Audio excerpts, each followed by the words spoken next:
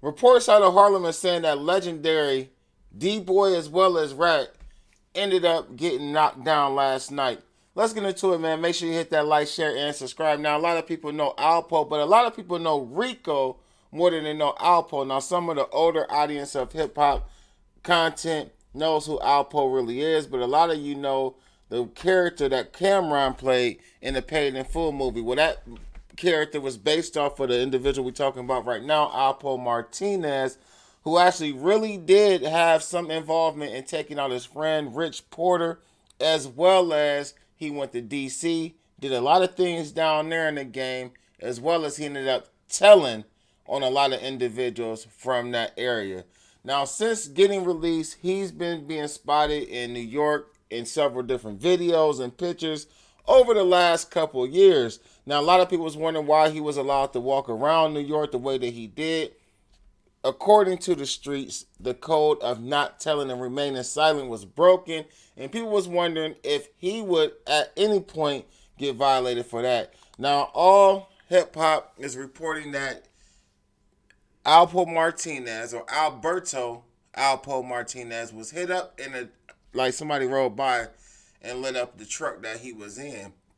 Now it says that according to reports, the 55-year-old was hit after they slid and sprayed and on the corner of West 147th Street near Frederick Douglass Boulevard around 3 a.m. this morning.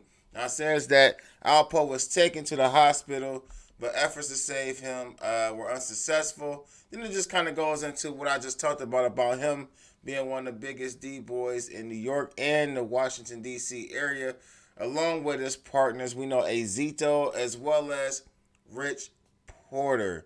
Now, he was actually rocking with Wayne Perry, another street legend in D.C., somebody who was knocking people down on a regular. Alpo allegedly ended up telling on Wayne, and that's a big story. You can go check that out on the internet. Now, he did do 35 years in the Supermax prison.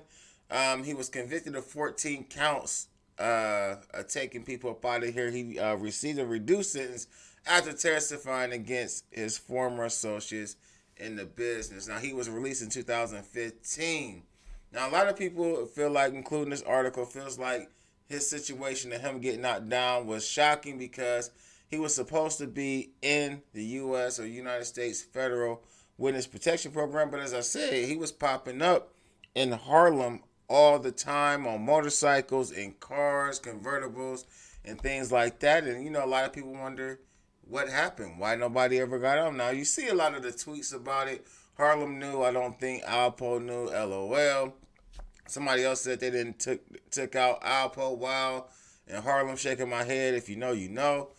Another person said, why was Alpo still in Harlem after all that?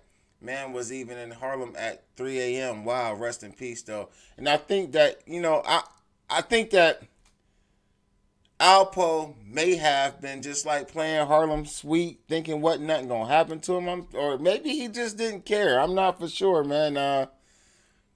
It's a weird situation. The whole situation was messed up because Alpo actually took people out himself and was able to testify to get a reduced sentence, which, you know, in all actuality, you know, the way that the law worked, he really should have still been locked up, even if he told. But it is what it is, man. Get in the comment section. Let me know what y'all think about this. I'm Mighty the Ruler. Make sure you hit that like, share, and subscribe. And you do have the right to remain silent. I'll be back with more hip hop content. Peace.